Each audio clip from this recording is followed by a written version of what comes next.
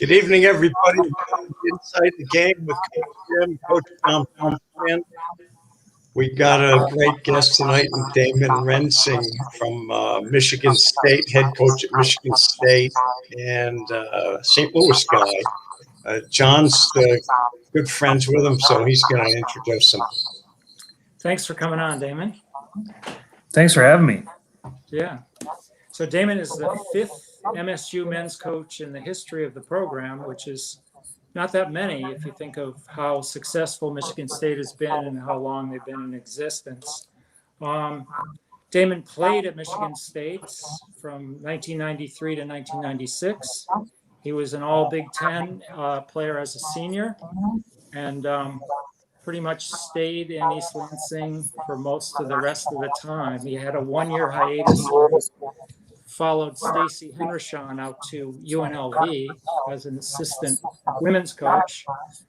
But all the other time, really, he was a long-time men's assistant coach with Joe Baum and then head coach now for 11 full seasons. The pandemic sort of changed that a little bit lately. He has 120 wins, 78 losses, 33 ties in that tenure. A very impressive streak from 2013 to 2018, where the team did very well, including a Final Four appearance in 2018. Damon will talk about some of his MLS draft picks. There's been a lot from the school.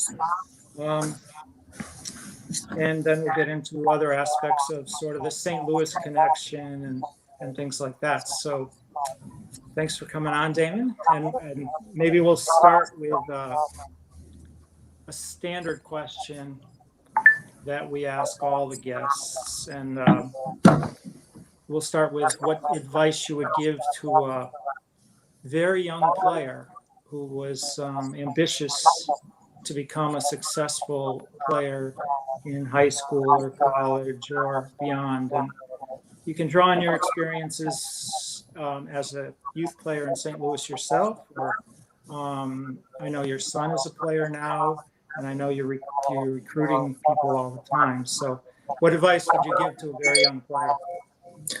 You know, the first thing I would give him is try to watch the game, even like a 5, 6, 7-year-old, and whether it's live, watch the older kids, or pick a team, in the EPL or whatever's on TV. I have a son that's 13 years old, but when he was like 4 or 5, I would have to watch games, like scout games on video. I'd sit down and pull up Indiana versus Ohio State because we were going to play one of the teams. And my son would come and sit next to me. He's like, "Hey, Daddy, what are you watching?" I'm like, "I'm watching these games." And he was more interested in watching, I think, what I was involved in, but he started to watch it at that age. And I didn't tell him anything or really instruct him, but I just let him watch it and observe. And he started to, I think, get a liking to it. And it's amazing how much these young kids, I think, if they watch the game, how much they take in as much as a coach trying to explain it or a dad or a parent. And so, I would say watch it, pick a team, pick a player. Like even if you're a parent, like with a 5 or 6-year-old, just whether it's West Brom or AC Milan or PSG or Man United, it doesn't matter. But let the kids kind of get connected to that and let them just watch it. And I think at that early age, they take a lot in. And I've seen my son, I think he's really absorbed a lot just through watching it. And then they start to see the passion. When you watch those professional games, the fans, and they're like, "Man, this is awesome." All the passion that's involved and what goes on. So that'd be my first thing. And then just enjoy it, put them around the ball, enjoy, dribbling it, and just really tell them to play a lot and not be very restrictive with coaching or what you got to do. Don't worry about winning or losing. Even if it's a U6 game, U7 game, it doesn't matter. Just be around the ball, go in the backyard with them, let them just fumble around with it, kick it, all those kinds of things, I think. Yeah, Jim, if you think about when we grew up, there was no soccer to watch on TV. And now what Damon's saying is it's so accessible to this new generation. That's a big difference. Yeah. Yeah, we waited all week for Friday night to watch Soccer Made in Germany, a 1 hour version with that guy Toby Charles, and that was really all the soccer we got to watch for quite a while. So why don't we go to growing up in St. Louis, Damon? Because for us guys on the East Coast, that was like soccer hotbed when there weren't many. Back when Jim and I started playing, and I know there was St. Louis University and SIU Edwardsville and a lot of famous clubs like Scott Gallagher and other clubs. So that must have been quite an environment. I know you had a very successful soccer playing dad. So maybe talk a little bit about that environment for you growing up in St. Louis. Yeah, I felt very fortunate because St. Louis had a rich history in a lot of the soccer players and the NASL and the St. Louis Stars. In the NASL, there's a lot of international players, but the St. Louis Stars had a lot of St. Louis players, and a lot of those guys, whether it's Gary Rensing, Pat McBride, Al Trost, Pete Sorber, the list goes on. Those guys stayed in the communities and took those experiences that they had in the NASL and coached, and they coached their kids. And so that's where we were very, very fortunate because we learned from some really good fathers, and they were fathers too. And I think the combination of being a father and a coach is really important. So that was really good. And I grew up as a hotbed. Grew up to watch some of those games, whether it was, I saw World Cup qualifiers at St. Louis Soccer Park. I got to watch the Snow Brothers in the Olympic qualifiers score goals. There was a lot of different games that I just got to be around, and I got to watch older guys play. And again, I think that's really important that you get to watch it. I was very fortunate. My father was really good as a coach and a father, but I learned a lot too by him bringing me into these environments and saying, watch this. He didn't have to tell me what to do. I got to watch these really good players perform. And I think that was huge. And being in different environments and watching older guys treat you and how they interacted and being around professional players, all of that is so important to how you become as a soccer person and a player. Yeah, and people remember Brian McBride, just because of what a great player he was.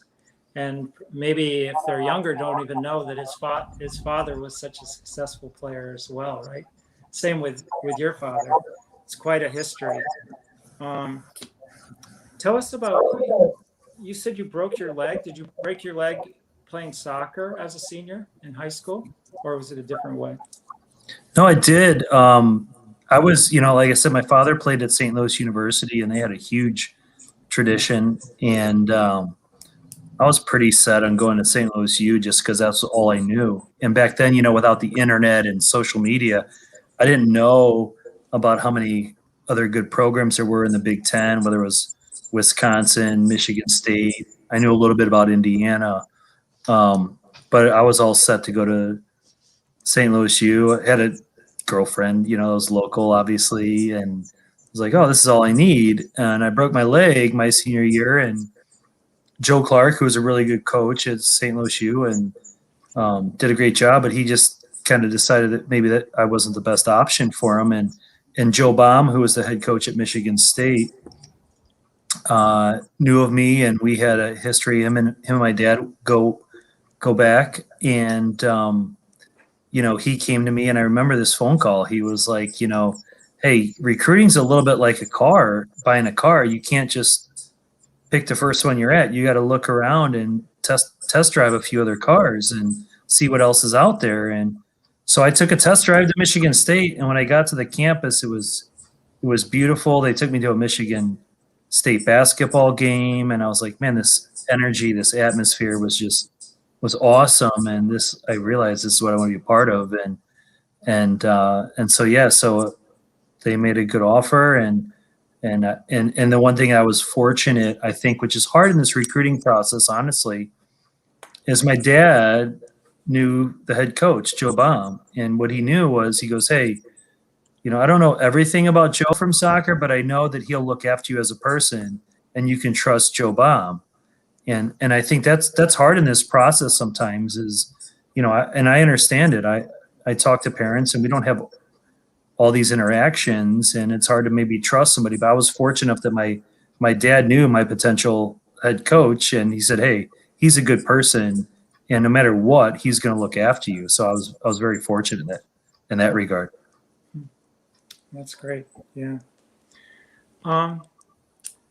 So yeah, let's shift a little to before we get into a lot of your highlights at MSU and stuff. Let's go to, like, if you want to be a successful adult coach, like where did it click for you? It seemed like you finished playing and you started coaching right away. I mean, that's pretty much true with Jim and I also, but was that your plan from the beginning as you were growing up, that after playing it was going to be coaching? No, I mean, like, probably I was going to be a pro and make millions, right? I mean, that's how it just works out. But yeah. No, I think, I had a somewhat successful college career, and I loved soccer. It was a huge part of my life. But I wasn't quite, the MLS was just coming about there in 95, 96, and I wasn't quite good enough, but I want to stay in. So I went in and ended up being a volunteer with the women's soccer team, and that's how I ended up going to UNLV. The women's assistant got the head job, and Tom Saxon, who's like a big mentor of mine. I mean, Joe Baum's one of the biggest, but Tom was the women's coach who played for Joe, and Tom was really important. He's like a really good guide, and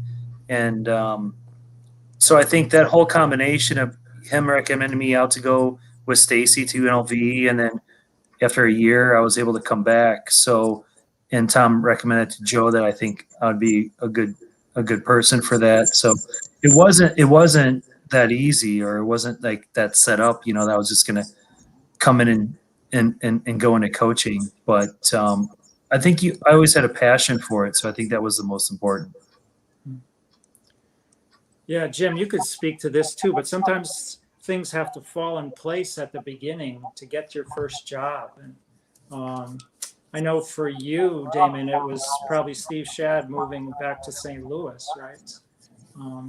I had a similar experience at UConn, where Timmy Hunter, who was a great player at UConn, was going to be the sub-varsity coach in the fall of 1978. And then something changed with him and coach right at the last minute. And I got that job probably in August for a September job. So yeah, sometimes it's a break. How did you get started, Jim, with your first job? Jim, did you hear me? Yeah. Yeah. I knew I wanted to be a coach from a very young age. The guys I had, the baseball coaches, basketball coaches, more so than soccer, because we didn't have youth soccer. They were huge positive influences in my life. And, I played at UConn, and I just loved the game. I loved sports, and I just knew I wanted to coach. So it took me a long time to get a head coaching job. I was an assistant for almost 10 years at 4 different colleges before I got the head coaching job. And I think that was, for me, really good, because I was pretty immature in my 20s. It took me a while to settle down. And so by the time I got the first head coaching job, I had been exposed to, 4 different coaches that were very, very different from each other. And I saw some of the things I wanted to do, but I also saw a lot of things I didn't want to do, and that's okay, you know. I think as coaches and as parents and as sons, we see things from our coaches and maybe fathers that I want to do that, but I don't want to do that, and that's okay, and I think my son has learned the same way from me, both ways. So, for me, I want to win all the time, but you don't win all the time. And for me, it's really important that my college players do well academically and lead a really balanced life in college and not just soccer all the time. Because that's kind of how it was for me in college. And it was great. We won a lot, but I can't say, I can't really tell you what UConn was like, other than the soccer situation. And that's on me too. That, John had a much better experience because he was an honest to goodness, really good student as well as a good player, So Damon, I mean, you've had a very successful career. I just want you to talk a little bit about your teams from 2013 to 2018, and where's your recruiting hotbeds? Like, how do you? It's difficult. You're competing with Maryland and Indiana for two. I mean, Michigan became big in soccer, so how do you pull that off with getting all these great players and having a successful program? Maryland, who are those guys? What we no, no.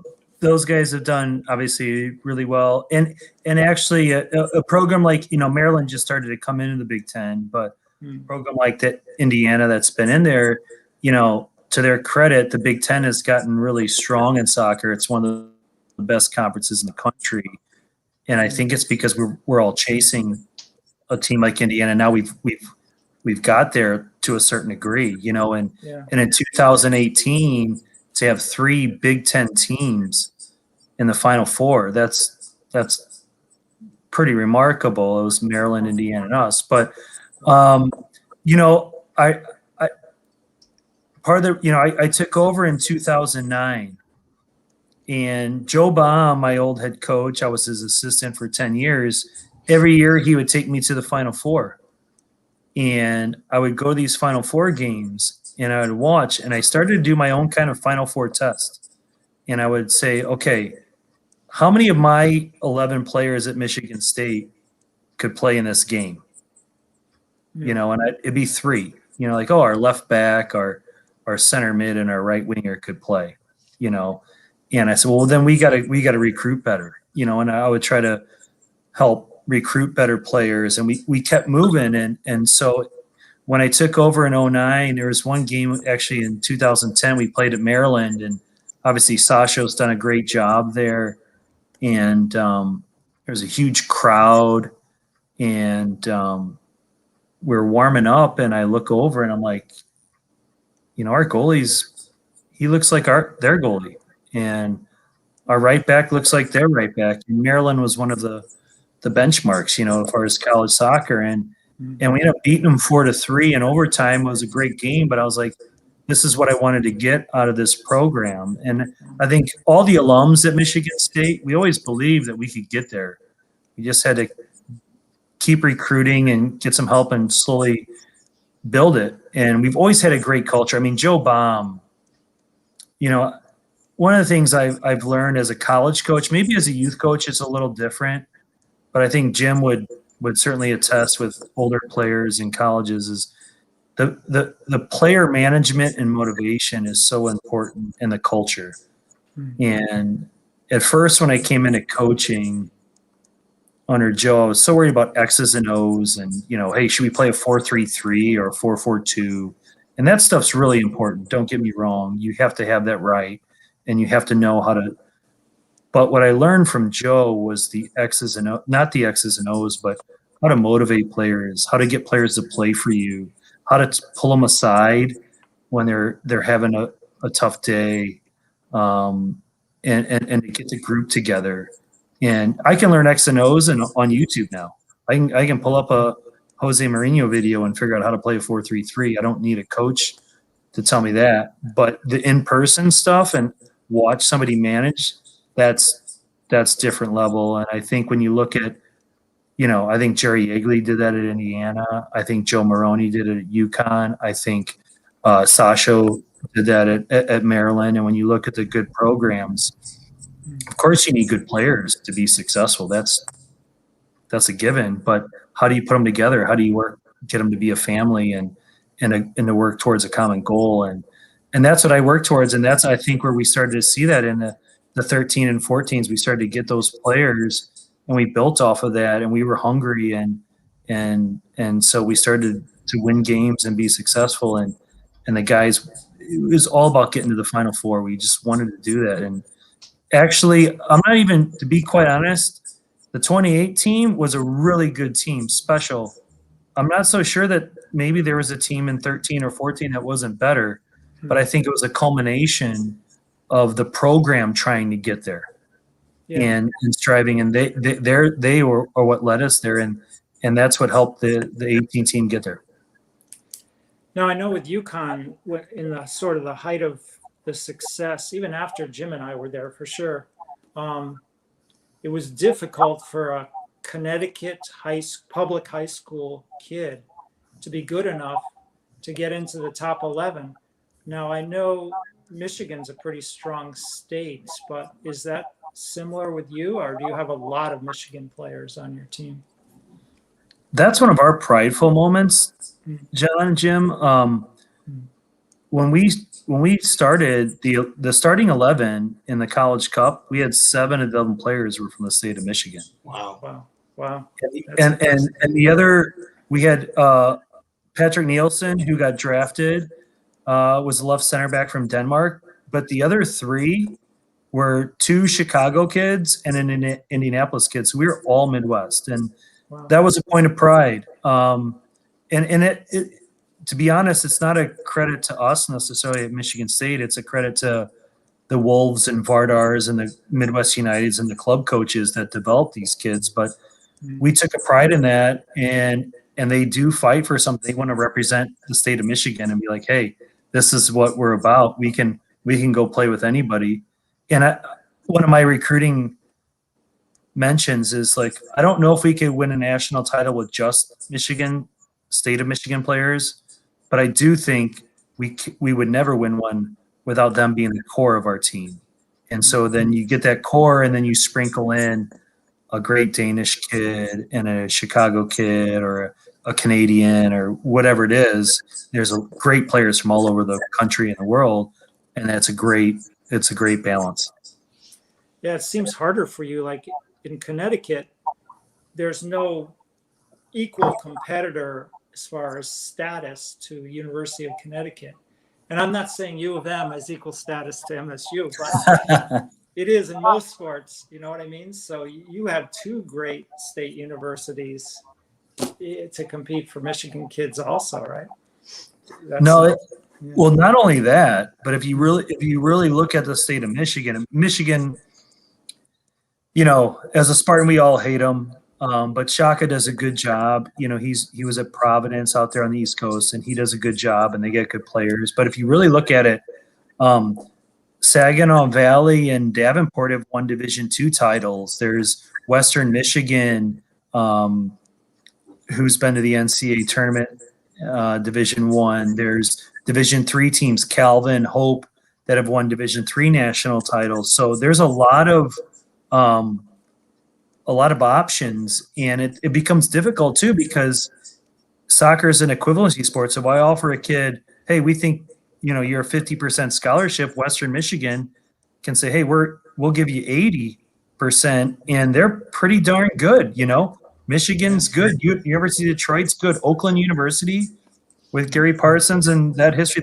So it's very a competitive market. So it's tricky, but I think all that competitiveness and camaraderie and competition produces really good players at the youth level. So that's also what makes us successful. Yeah. Wow. Okay, I'm going to interrupt for a minute, John. Can you see this? Who's Yeah. with tab 67? Yeah, the St. Joe kicker. That's the one that's over that German club. Is that what that is? I may have been an MVP after the matches, and that I don't know who's asking the question. You're not forgotten in Michigan, John. Yeah. I had some other questions here. Oh, tell us about some of your drafted players, Damon. I know you had 3 in that one year, 2018, but you've had a lot of MLS Super Draft first day players, right? No, and that's part of it too. That's been really great. And that was that we had 3 and drafted in the first 30 in 2018, and again that was a little bit of a culmination. But we've had guys Ryan McMahon, John Minigal Webster that were drafted much earlier. Fatai Alashe was the 4th overall draft pick and scored the first goal in San Jose Stadium for the San Jose Earthquakes, and he actually came out as a sub for the Columbus Crew in the MLS Cup Championship this past fall. So, wow. And there's Jay Chapman, Ken Krolicki was with Montreal. So we've had a really good run of players, and then obviously DeJuan Jones, who played for New England Revolution and started in the conference finals, the Final Four for MLS this fall. Jimmy Haig, Ryan Sarakowski, and then Giuseppe Baroni was drafted by Montreal this year, and he's getting ready to head to training camp. So I do think, the Big Ten is a great conference. I tell all the players and recruits, like it's kind of sink or swim. It's one of the best. You're going to play, 40, 50 great amateur game, the highest level of amateur soccer, in my opinion, in the country. So, if you want to be a pro, this is a great place to be in the Big Ten.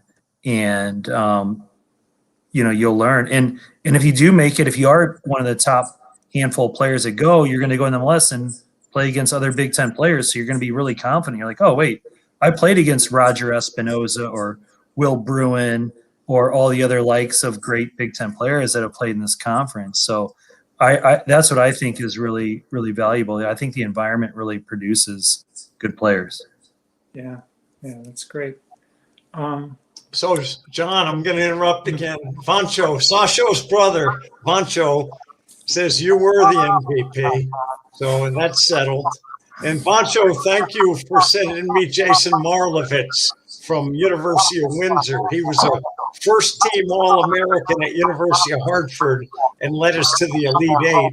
And Vancho was his coach at University of Windsor, and he sent him to me. He says, "Look, my brother took some of your best guys when he went to Maryland, so I'm sending you this guy." And Vancho got fired from coaching University of Windsor for doing that. So Vanch, thank you, and sorry. Yeah, Vancho was one of the originals when I was working at the camp. He was one of the great friends. And I remember one time I'd worked 4 weeks in a row at Michigan State soccer camp. And although the on-field sessions weren't that hard, the afterlife, took a toll. And then Vancho and Sash lived in Windsor, and Red Star Belgrade was playing a game there like on Friday night, and we just finished the camp for the summer for me on that Friday afternoon, and drove to Windsor in my little Renault car, watched this tremendous, game that some Windsor team was playing against Red Star Belgrade, and then drove all the way home to Connecticut by myself. That didn't even sleep. So, yeah. I remember going over to Windsor, and Vancho was a great friend. And those guys like Steve Shad and Vancho and Steve Swanson and just John Danowski. It was a great time at Michigan State that Joe Baum introduced me to, and it became sort of the highlight of my summer. and Vancho was definitely part of that. And so Sash was just a little kid trying to get a job when Vancho was. And Sash told us on the show that he got hired because somebody didn't show up. And I sort of remember who that might have been. But he got hired because he was hanging around at the camp. The one thing with Joe, when Joe was coaching, you don't show up late. You're on time, no matter what you do in the evenings or whatever. You come ready to go. Yeah. And there must have been a person who didn't come ready to go, and Sasha was ready to do it. But no, and Vanch, he got his master's in human resource at Michigan State, and he's done some stuff with some of our programs and MLS teams from a leadership and chemistry standpoint, and it's been really good. It's really helped our team, and he's been a close friend and a good consultant with our program and helping us continue to build that culture and leadership that Joe established. That's great. I worked at the camp just one summer for 3 weeks, and John brought me out there, and I'll tell you, we had such a good time. One of the best camps I ever worked at. We trained the kids well during the day, and then we had plenty of time off to talk soccer. And I remember one night Joe had a movie of the Real Madrid Eintracht Frankfurt European Cup final from, I don't know, it was the last of the 5 that they won in a row. It was like in the 60s. And we went and watched it. And, it was always great soccer to talk about. And, of course, lots of St. Louis stories and all that. The camaraderie and the friendships were very strong and long lasting. Yeah, I just saw Jeff Sierra and Peter Manning's name up there. They were a big part of those camps as well. So Matt Davis is the guy that didn't show up. Sasha replaced Matt Davis. So Vancho should just be on the show instead of me. Maybe we can make that switch. Matt Davis might have been the one that kicked you, Jim, when you got mad too. I think it was. Well, that was really important too. I think just seeing, I was a little bit younger. I was a player, but starting to be involved in those camps. But I just think that camaraderie, that passion for soccer is what fueled some of us younger guys like me to say, hey, this is what I want to be a part of. And back then, like you said, there wasn't a lot on TV. So I just looked up to older players, whether it was Peter Manning, Peter Crawley, Doug Landefeld, all those guys, and see how they did things. And so that was so important, I think, back then, just to watch it and get out and see it. So, those camps were, and look, soccer is great. Obviously the X's and O's, we've talked about that, but just the camaraderie, the community, and all of those things, I think are so important. And that's what Michigan State soccer camps provided, I think, for all of us, whether you're from Connecticut, you were a kid from St. Louis, the current coaches or whoever it was, like we all came together from different backgrounds and got to enjoy sharing soccer stories and talking about our highs and lows and saying who's best, what's better, St. Louis soccer or UConn or Michigan State or whatever over, maybe a beer or two, just one. Yeah. There was one other Connecticut guy too that's good friends with Joe, I know, and that's Paul Kennedy. He was from New Canaan, Connecticut. And as a senior in high school at Enfield High School, we finally had a decent team, although Jim's team beat us. And we went to the state tournament, and New Canaan knocked us out. I didn't even know Paul Kennedy at the time, but well, what about Austin Daniels? He went to the camp for 16 years in a row or something like that. Yeah, he kept going after I stopped going because I got married, and he kept going for sure. Yeah. No, Paul Kennedy and Austin Daniels are huge parts of the program. Paul's still to this day, really important to our program. I touch base with him on a regular basis, and he's a guy that I consult in when we have some tough losses and I need to vent, and he's great. He's just understands everything and is really good for MSU soccer. And Austin, obviously been out and about and has done great things in women's and men's soccer all over the country. So that's amazing when you think about it. Like Sasha Sarovsky, Vancho, Steve Swanson, John Blomstrann at E.O. Smith, Jim Yu, Doug Landefeld, right? Doug Landefeld's one of the best clubs in the Hawks, and you just start to see everybody branch out, and their imprint on soccer is amazing. And I'm just glad to be just a small piece of that. And what one of the actually really things I enjoy is kind of being a little bit of linchpin sometimes as the men's soccer coach. Like I get to kind of bring those guys back together, and it's just to see Peter Manning and Vancho and Shad and Doug and Paul Kennedy and these guys hang out and realize how important this is as a family is really cool. And that's awesome. Yeah. I remember that guy, Nick Archer. Oh yeah, longtime East Lansing High coach, right? But by the time we got there, his knee was bothering him, so he never got to play. But St. Louis guy. Yeah, always great fun. And that was a big thing with the camp, those Thursday night games, because we were young enough where we still thought we could play, and we got to play against the camp all-stars. It was pretty cool. I don't know if they allow that kind of thing anymore. I don't know.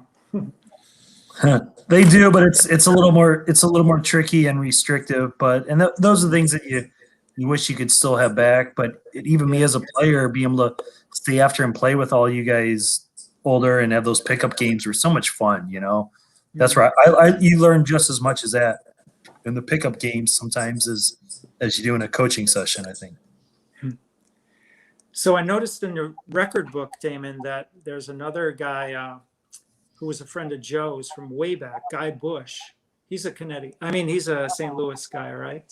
So, I don't think he was ever at the camp, but there was quite a St. Louis connection because John Danowski was there at the beginning too. And I think he played at SIU maybe, but he was a St. Louis guy and a friend of Joe's. Yeah. Yeah, there was so interesting that there was a family, a Bololi family. Steve Bololi played on there was a 67 national championship team. Yeah. And the Bololi family, there was Ed Bololi was the grandfather, and he got pulled up to be an equipment manager at Michigan State. For a lot of the sports, basketball, and there was a guy named Ed Kennedy was the coach, and so they started to recruit St. Louis guys because Tom Bololi was the player, it was his son, and Ed Bololi was like, hey, you gotta come and recruit these St. Louis guys. So Gene Kennedy started to recruit these St. Louis players, and that's where it started, was with the Bololi family. And he started bringing the Joe Bombs, the Hauskas, and there was a lot of big-time St. Louis players that came in, and Guy Bush was one of them, who ended up, I think he's still our leading scorer in Michigan State soccer history over 65 years. So it was pretty cool, that St. Louis connection. It was a lot through Ed Bololi, his son Tom, and they started to come up. And actually, Tom's son Steve and Nick play for the family play for the program as well. So it's pretty cool. But yeah, there's a huge St. Louis connection, and that's where my dad went to St. Louis U, and they were co-champions. And I was obviously way too young or wasn't born before then, but Michigan State and St. Louis were co-champs, I think, 67. When Joe was playing. Joe was the goalkeeper for Michigan State, right? Yeah. Joe was the goalie, and I actually, when you say Guy Bush, I think they played at Francis Field in St. Louis. It was a rain-soaked game, and There was a play where a guy went to go play the ball, like try to score, and slipped and hit his head on the post, and the referee was like, "Hey, that's it. Like we can't." It was so sloppy and not necessary to play, and the conditions were so bad, and so they declared them co-champions, I believe in '67. But yeah, and in the record book, Joe is in there for 2 or 3 years for some of the lowest goals against average as a goalkeeper, still in your record book. And I saw that too. no, yeah, he was amazing and athletic, obviously, and a leader, and was great. And yeah, it's hard for me to put into words like what Joe's been for me and my family. But I've been really fortunate. But he was an awesome player, and yeah, he was great. He used to tell stories at camp. He was talking about that final, and apparently he didn't like having a defensive wall set up in front of him because he felt like it took away his vision. So at a key moment in the match, one of the St. Louis guys had a free kick from, 23, 24 yards. And Joe told the wall to get out of the way. He said the guy put it right in the upper 90 and he just got a finger to it and put it off the post. Wow. I know one thing that Jim, you and Damon have in common is you both have sons who were good players. And I have 2 daughters and they weren't soccer players. So since one of Jim's visions with this program is to try to give parents some advice with their soccer playing kids. And for you guys, it's like probably similar to a lot of people in the United States where they have a soccer background, their sons or daughters have a soccer interest, and then they become pretty good players. And then you have to sort of have a fine line between being a father and being a coach at the same time with your own kids. So maybe the 2 of you could talk about that a little bit. Go ahead, Damon. It's hard. I would just say to parents, man, I didn't realize I used to when I was a coach and I coached ODP and all these things, and I'd see these parents get all worked up on the sidelines and all this. I'm like, man, like, come on, it's just let it go. Like, it's just a bad call or whatever. But now all of a sudden I find myself like wanting to yell at the referee or get mad at my kid because he missed a play. And you got to kind of step back. It's hard because you can't live their life. But you got to walk that fine line and push them and let them enjoy the environment. But you can't do it for them. I mean, at the end of the day, they are who they are. And I always tell this when it comes to recruiting, like, look, just because you pay money to have a club coach you, I always say this, like, if I sent my kid with a Harvard math professor, that doesn't mean he's going to get into Harvard just because he studies under a Harvard professor. I mean, he's going to get smarter, he's going to get better, but that doesn't mean he's going to get into Harvard. So just because your son or daughter plays for a great club doesn't mean he's going to be an All-American in college. But it's tough. But you just have to kind of find that line and push them when they need to be pushed, and let them and console them when they need to be consoled. I don't know. What do you think, Jim? I think those are great points. And, I've seen a lot of coaches' sons.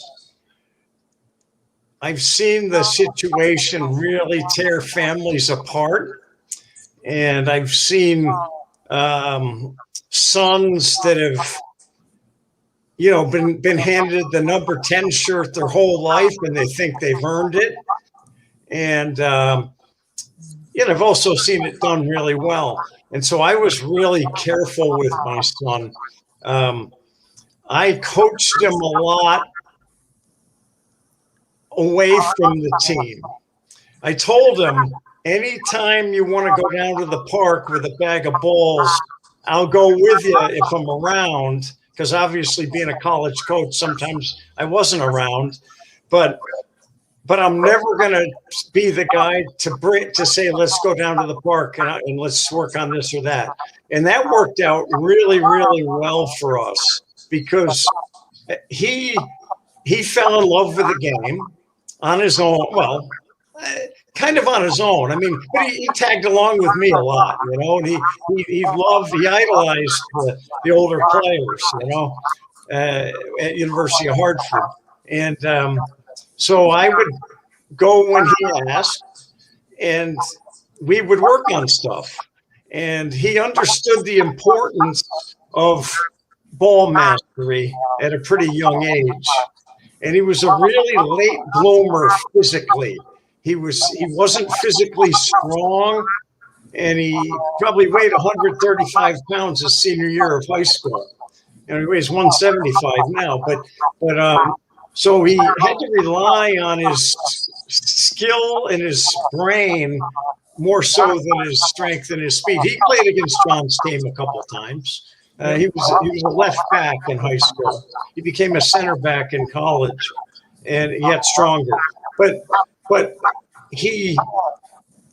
I never really coached one of his teams, because they were playing on Saturdays, and so was I, So, but I coached him a lot, and it worked out pretty well. He ended up not making it big in college. He played at a small D3 that I coached at. I didn't coach him. I coached the women at the time. But the funny thing was he ended up being a professional player in Sweden for 2 years. And it worked out really well for him. And he did it on his own. He didn't get any help from me with that, And so I'm pretty proud of him. And I intentionally didn't coach his teams because of some of the things I saw with, other big time coaches' sons. It didn't work out for them, and it caused big rifts in their family. That's pretty interesting. Like, so my father was a big professional player, and similar to you, Jim, he played in the NASL. And he upped out a little bit, but after 8th grade, I remember this vividly. He came to me and said, "Hey, you're on your own." Like, he goes, "But if you ever want me to work you out, I will work you. You just come to me. You come to me, and I will do whatever you want." I remember that. Like, he would have stayed for 4 hours and work with me, but he wanted it to be now it was my decision, not his, and it's tough. I have a to full disclosure, I have a son who's pretty gifted, but he's not the most like overt and like aggressive player, and he kind of just goes. But what I'm starting to learn is I can't yell at him in the car and say, "Hey, you got to do." I mean, I can do that, but I don't know if that's going to make him any better. He's going to have to figure that out on his own. He's going to have to learn by when he doesn't start in a game, or the coach takes him out, or the coach, like, that's up to him. I can let him know the parameters of what will probably happen if he keeps maybe not working hard or going into tackles or making wrong decisions. I can let that know, but it's really going to be up to him. And so I think the thing to me for parents is that's what you have. It's not your decision, it's his. You can push your kid just like it would be math or music or anything else. Like, if you see he has a passion, you can push him and say, "Hey, you should do this, or you can do this." But if you're always doing it, then it's probably not. It's your passion, not his or hers. Yeah, I can add something to that. My oldest daughter, Kate, is a senior at UConn now, and I coached her a few years in youth soccer, but just didn't take. But it's sort of my personality that I would never have been probably a pushy athletic parent. But luckily, we have a great cross-country coach at E.O. Smith, coaching longer than I probably should have been National Coach of the Year as a high school coach. And he's great at pushing cross-country kids. And he convinced Kate to do cross-country because she, had a thin build and stuff. And then it was perfect because I had him pushing her harder than I would ever have to, and it helped her a lot, just to have somebody that was good at sort of motivating athletes without being over the top, abusive. There is a fine line there with really good coaches, maybe more in track and cross country than soccer, but you have to do it all, don't you? You have to sort of push them, and you have to sort of nurture them as well. Yeah. One of the things I've learned now is like it's kind of funny as being a college coach that comes back and watch U12 soccer or U11 or whatever. I'm always looking at these kids and like, it's just in our nature to think, oh, who can play at Michigan State? Well, actually, I don't know if any of them can or all of them could. Like, it's literally simply that. But what I've learned watching him and going through my son is they all have hurdles. None of them are perfect. So it's how they handle those hurdles. Like, you might have a kid who's really technical and he can do every move in the book, but can he make the decisions to when to pass and when to do those moves? Or you might have a really athletic kid, who can run by everybody, but at some point is he going to figure out when everybody else is as big as and fast as him or her that, hey, I have to change. Or maybe my son who's really technical, but he's going to have to get more aggressive and assertive.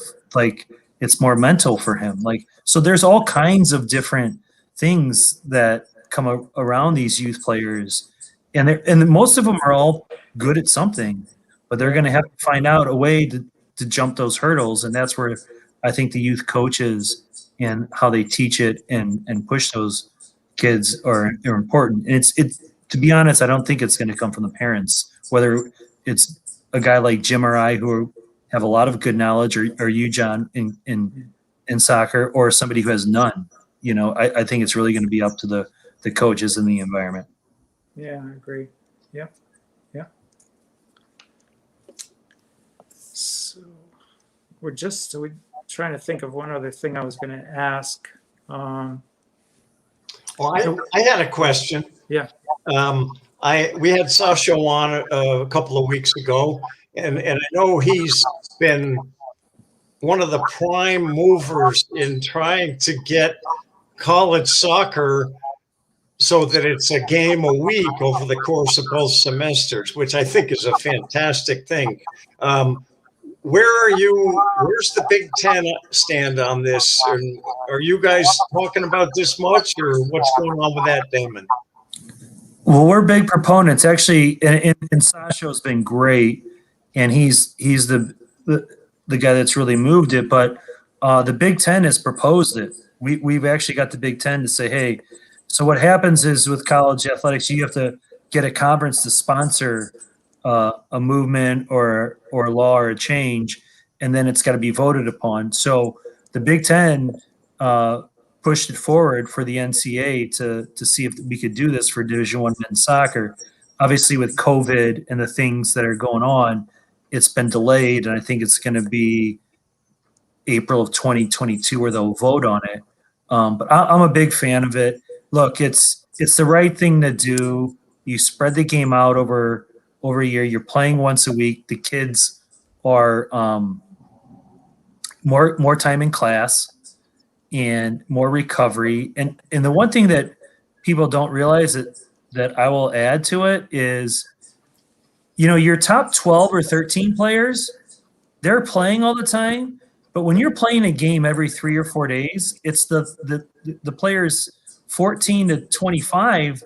There's nothing you can do because you're always recovering, and you're just surviving and watching. They don't get a good session for almost the whole fall. But if you're playing once a week, those kids get to develop too, and I think it incorporates everybody involved. And to me, that's one of the main things that I think is so important, along with the rest and the missed class time and all the other things. And you're a year-round sport.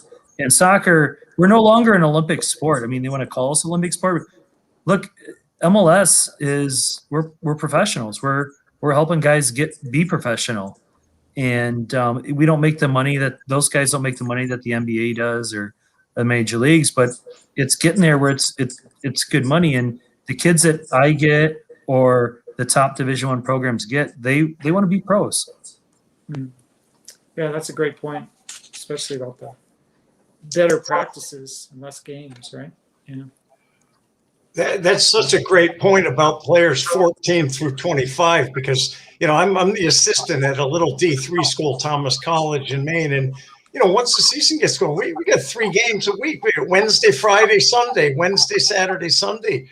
And so, you can't train on Friday or Monday or Thursday or Tuesday. And so those kids that aren't playing, they're not getting anything. For sure.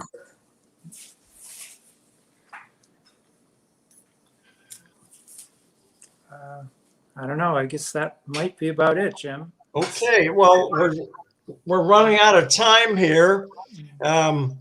Damon, thanks so much for coming on. It was fantastic.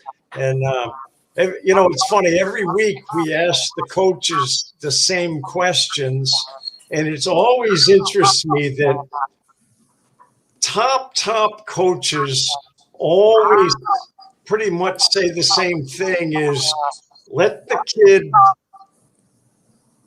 alone with the ball when they're little and let them have fun, and don't worry about winning and losing. And we got these guys that are winning national championships and going to the Final Four and sending guys to the pros.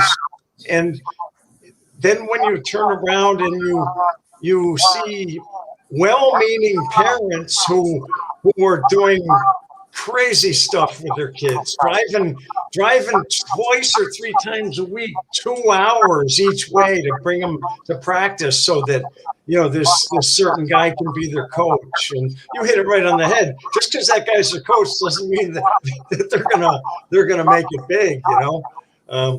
My son almost never left his hometown to play soccer in his life. And he ended up being a pro in Sweden for 2 years. So all those hours that people spent in the car, he was down at the park kicking balls, and it pays off, Yeah, that's true. No, you're 100% right. And no, I think that it's a fine line in everything. What you got to be able to push your kid and mentor him, but you can't make it for him. You can't plow the road for them and just say, here's what you do. You got to let them do it. And you got to let them, part of that is you got to let them fail. And one of the things that I'll end with this is I think back in the day, Jim, when you were coaching, you guys maybe were soccer coaches and educators because you guys would teach classes and John, obviously you did that at E.O. Smith. I'm not so sure that I'm as much as an educator as far as like the way Joe Baum was and taught kinesiology and that. But I will say this, I think in college we're more preparing these kids for life. We're educators for that because what we provide them is the opportunity to succeed and fail on a daily basis. Every time in practice, they're good enough or they're not. And it's okay, and they learn that it's okay to fail, because I think that's a problem with this generation. There's nothing wrong with failing once in a while. It's how you respond to it.